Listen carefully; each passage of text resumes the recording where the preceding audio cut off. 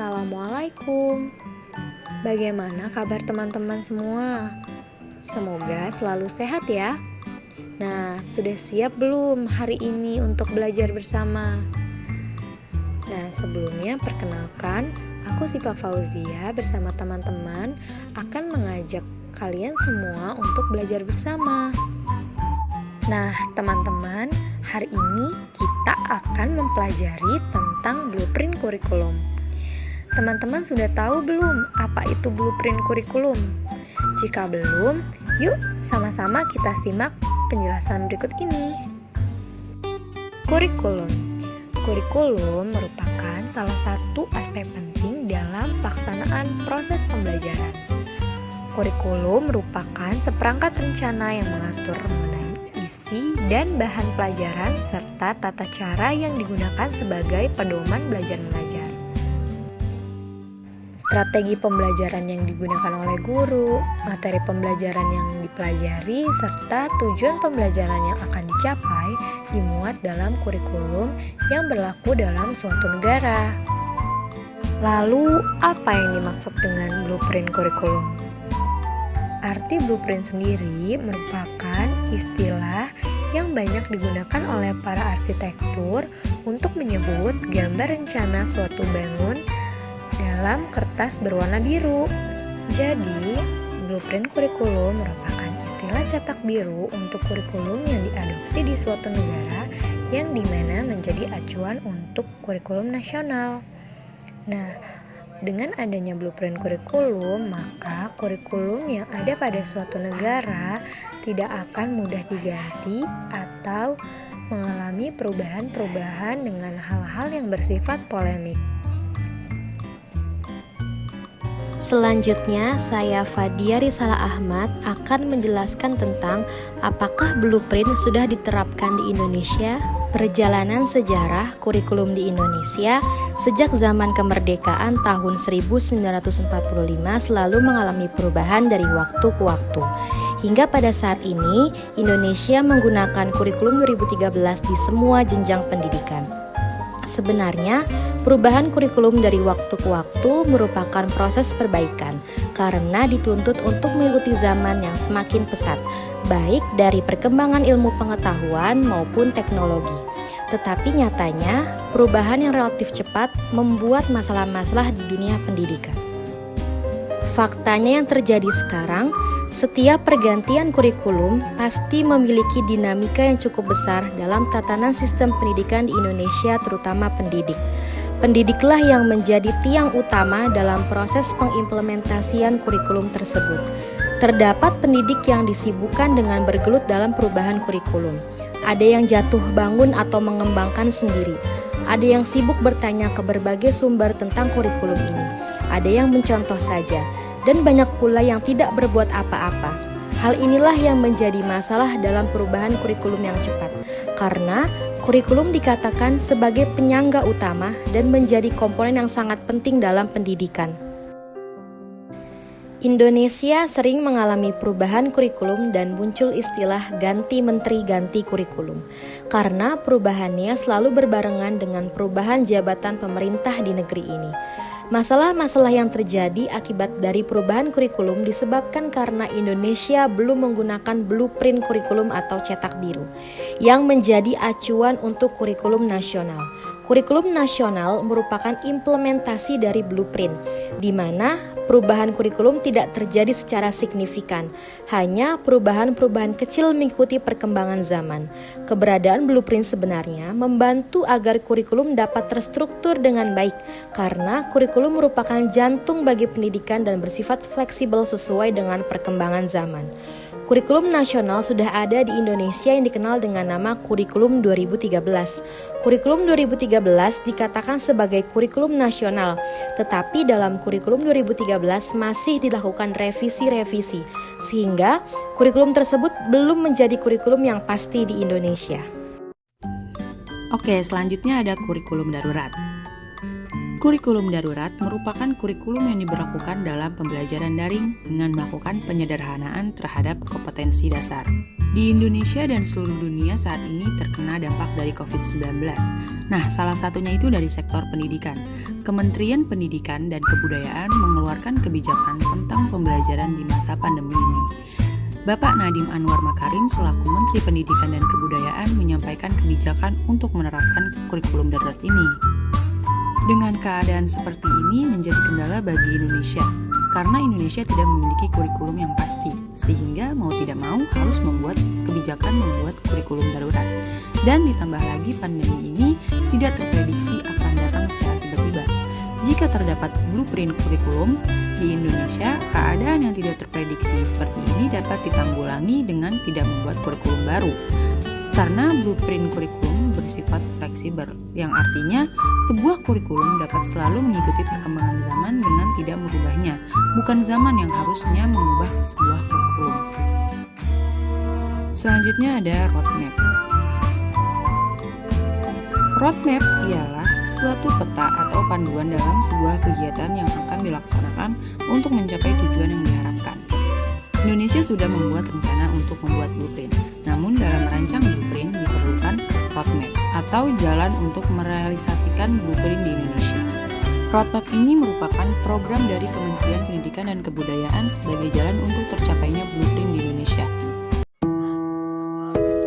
Mengapa Indonesia belum memiliki blueprint pendidikan? Kurikulum menjadi sebuah perangkat yang strategis dan tepat untuk menyampaikan kepentingan segelintir orang atau pemerintah. Politik kebijakan pemerintah juga menjadi faktor penentu mengapa blueprint belum terrealisasikan. Karena rasa tanggung jawab pemangku jabatan atau para menteri terhadap presiden akan perubahan yang dijanjikan pada masa periodenya membuat banyak pemangku jabatan lebih memilih jalan cepat untuk mengeluarkan kurikulum baru ketimbang membuat rancangan blueprint pendidikan. Padahal, sejatinya blueprint merupakan turunan dari program yang telah diusung oleh para menteri, yakni roadmap. Dengan adanya blueprint dalam pendidikan, sejatinya dapat membantu pemangku kepentingan untuk menyusun program yang terstruktur dan berkesinambungan dengan periode masa lalu, dengan periode yang sekarang, dan periode yang masa akan datang. Ditambah lagi, pembuatan blueprint memerlukan perhatian khusus yang melibatkan para ahli dalam bidang pendidikan untuk meninjau beberapa aspek pendidikan dengan keadaan lingkungan, sehingga menghasilkan patokan atau blueprint yang sesuai dengan karakteristik peserta didik di Indonesia. Maka dari itu, proses perumusan blueprint memerlukan jangka waktu yang tidak bisa diburu-buru, karena blueprint itu sendiri menjadi patokan yang haruslah memiliki fleksibilitas. Wacana pembuatan blueprint telah diusung pada masa pemerintahan Menteri Pendidikan, Kebudayaan, Riset, dan Teknologi, Bapak Nadiem Anwar Makarim. Beliau mengatakan bahwa membutuhkan waktu tidak singkat dalam pembuatan blueprint. Beliau meminta waktu kurang lebih 6 bulan dalam proses realisasi blueprint kurikulum terhitung Desember 2019. Namun sampai saat ini blueprint kurikulum itu sendiri belum hadir bersama kita. Kemudian ada blueprint kurikulum Malaysia. Seperti yang diketahui, tetangga kita Malaysia telah memiliki blueprint kurikulum. Pembuatan blueprint itu sendiri di Malaysia memerlukan waktu yang terbilang lama, yakni sekitar 15 bulan. Masa pembuatan dimulai dari Oktober tahun 2011 sampai Desember 2012. Pembuatan blueprint kurikulum Malaysia melibatkan pakar pendidikan dari UNESCO, Bank Dunia, OCDC sebagai perwakilan aspek keinternasyonalan, serta 6 universitas lokal, guru, orang tua siswa, dan siswa itu sendiri. Berikut adalah shift untuk mengubah sistem pendidikan Malaysia. Yang pertama, menyediakan akses yang sama terhadap pendidikan berkualitas berstandar nasional. Mengimplementasikannya dengan cara pembelajaran bahasa, sains, dan matematika dengan standar internasional. Kemudian mengubah ujian penilaian untuk meningkatkan fokus pada keterampilan berpikir tingkat tinggi pada tahun 2016, serta memperkuat pendidikan STEM, meningkatkan akses kualitas jalur pendidikan yang ada dimulai dengan jalur kejurusan. Yang kedua adalah memastikan setiap anak cepat dalam bahasa Malaysia dan bahasa Inggris, dan dorongan untuk belajar bahasa tambahan. Implementasiannya dengan cara meluncurkan kurikulum KSSR Bahasa Malaysia untuk sekolah tingkat nasional dengan dukungan perbaikan intensif bagi mahasiswa yang membutuhkannya. Kemudian meningkatkan keterampilan guru bahasa Inggris serta mendorong setiap anak untuk mempelajari bahasa tambahan pada tahun 2025. Yang terakhir adalah mengembangkan nilai driven Malaysia, yakni dengan cara meningkatkan pendidikan Islam dan moral dengan fokus yang lebih besar pada persatuan dan membina ikatan yang lebih kuat di antara siswa.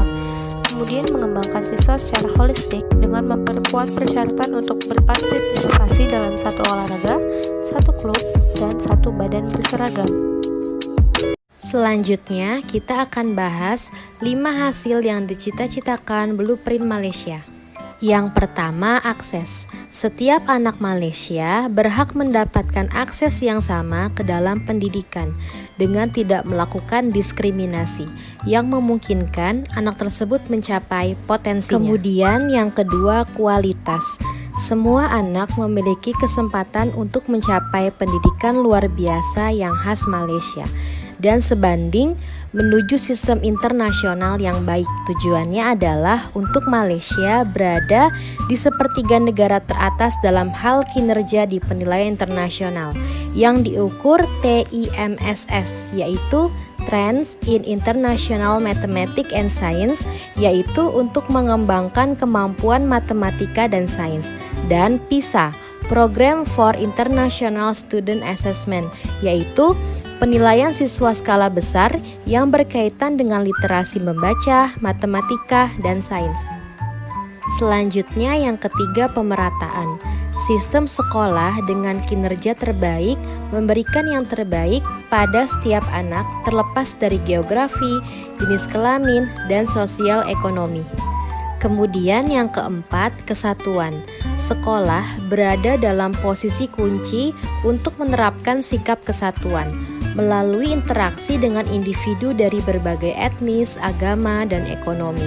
Siswa belajar untuk memahami, menerima, dan merangkul perbedaan. Kementerian Malaysia bercita-cita untuk membuat sistem di mana siswa memiliki kesempatan untuk membangun pengalaman yang dapat membentuk persatuan. Dan yang terakhir, keterampilan berpikir. Setiap anak akan belajar bagaimana terus memperoleh pengetahuan sepanjang hidup mereka dan dapat menerima perbedaan pandangan dari pengetahuan yang diperoleh, serta menemukan pengetahuan baru untuk dirinya dan dapat diimplementasikan dalam kehidupan sehari-hari. Setiap anak menguasai serangkaian keterampilan kognitif termasuk berpikir kritis, pemikiran kreatif, dan inovasi. Keterampilan dijadikan perlengkapan utama yang dibutuhkan oleh setiap siswa untuk dapat bersaing secara global. Malaysia merupakan salah satu negara yang sudah memiliki blueprint kurikulum.